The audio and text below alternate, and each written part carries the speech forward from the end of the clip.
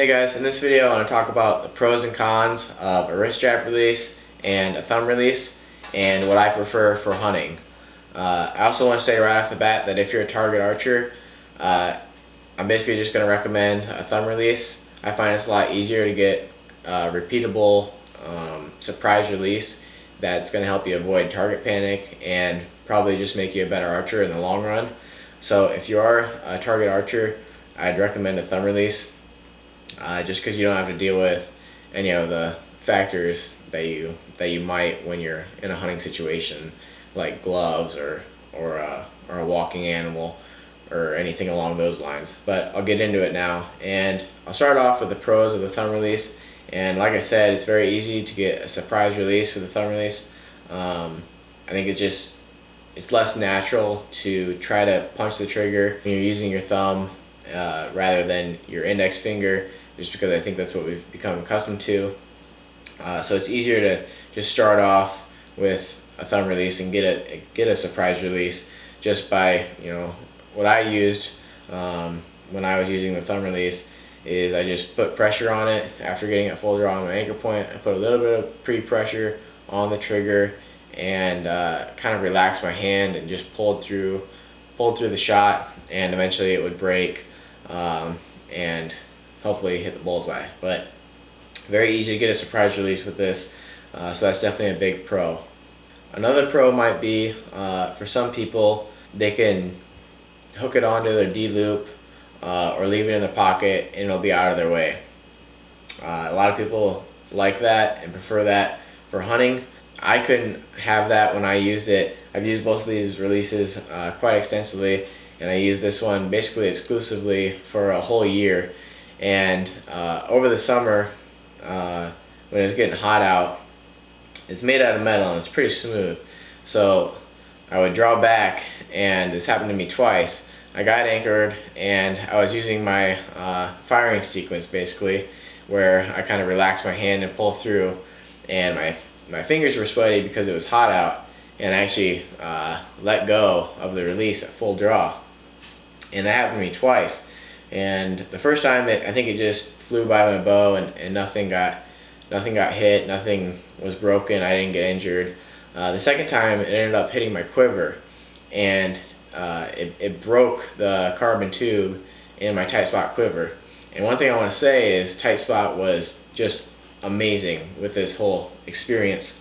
And basically I called them up and I offered to pay for a new tube or whatever it took to get it fixed, and they insisted that they just fix it for free. It's part of their warranty. Just amazing customer service, and so they fixed it for free. So if you're ever needing a quiver or just want a new one, definitely check out Tight Spot. They're great quivers and great warranty to boost. But they actually said that happens quite frequently, so don't think that I'm the only one that does that. So what I'm getting at is that negated that pro for me, just being able to hook it onto the D-loop and leave it on there until I'm ready to shoot, because I actually had to make this loop out of D-loop material and strap it on to this wrist release. So it's basically like a thumb release hanging off of a wrist release. So I didn't get to experience that pro, but with that, it was much safer. I never had that problem again. I don't think I ever would have, because I kind of learned my lesson, but it was good to have that insurance just to make sure I didn't let go of it. So I guess that's the first con with these, is they do get slippery when your hands are sweaty. One thing you could do to counteract that is put some tennis tape or some kind of a sticky tape on there, so that you don't have to worry about that when your hands get sweaty. But like I said, all I did was just put it on my wrist strap, because that really didn't bother me, and just went on and shot with it like that. Another major con that I see for hunting is if you're ever wearing gloves, it can change your anchor point quite a lot.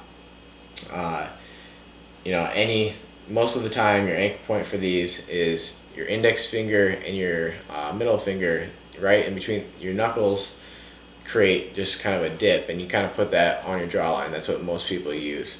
And anytime you wear a glove that changes the distance that your hand is from your jawline, that's gonna change your anchor point and make your shot go off. So definitely with gloves, it can change your shot, so you have to be very careful with that. And these get very cold, obviously, because they're metal. So if you aren't wearing a glove and it's during the late season or just middle of the season, even here in Iowa, these are going to be really cold. So if you have to hold on to that, waiting for the deer to come in or whatever you're shooting, your hands are just going to freeze, and that's no fun. That can definitely affect your shot also if your hands are numb. So that's definitely a major con. The only other con I see with thumb releases are it's harder to get that command release when you do need it in a hunting situation. Say if the deer was walking, or maybe he just stopped for a second and you need a quicker shot, or maybe it's super windy and you have to do a command release for whatever reason. These are probably going to be harder to get that command release. It seems like it's just less natural, for me at least, to press a trigger with my thumb rather than just an index finger where all you have to do is that. So that may just be me, but I find it's harder to get the command release with these. So it's a little bit of a con for me, but it might depend on your situation.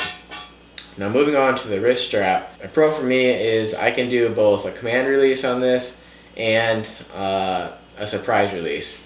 When I'm doing my surprise release on these, all I do is put a little bit of initial pressure on the trigger when I get on the spot, and I basically just focus on pulling through with my trigger, and eventually the shot will go off.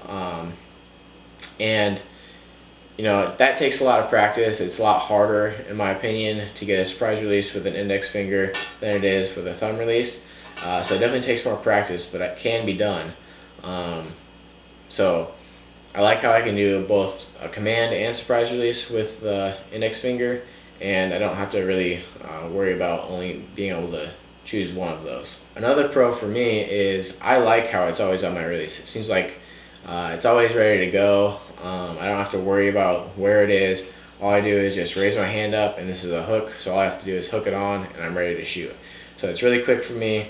I like that it's always on my wrist, and it doesn't really bother me. The last pro for the wrist release is I find gloves really don't matter quite as much when you're using the wrist strap. It might change how tight you have to make the strap, or to get it to fall in the same position at full draw and get the same anchor, but I think you can get away with a little bit more variation in glove size and everything like that when you're using a wrist strap.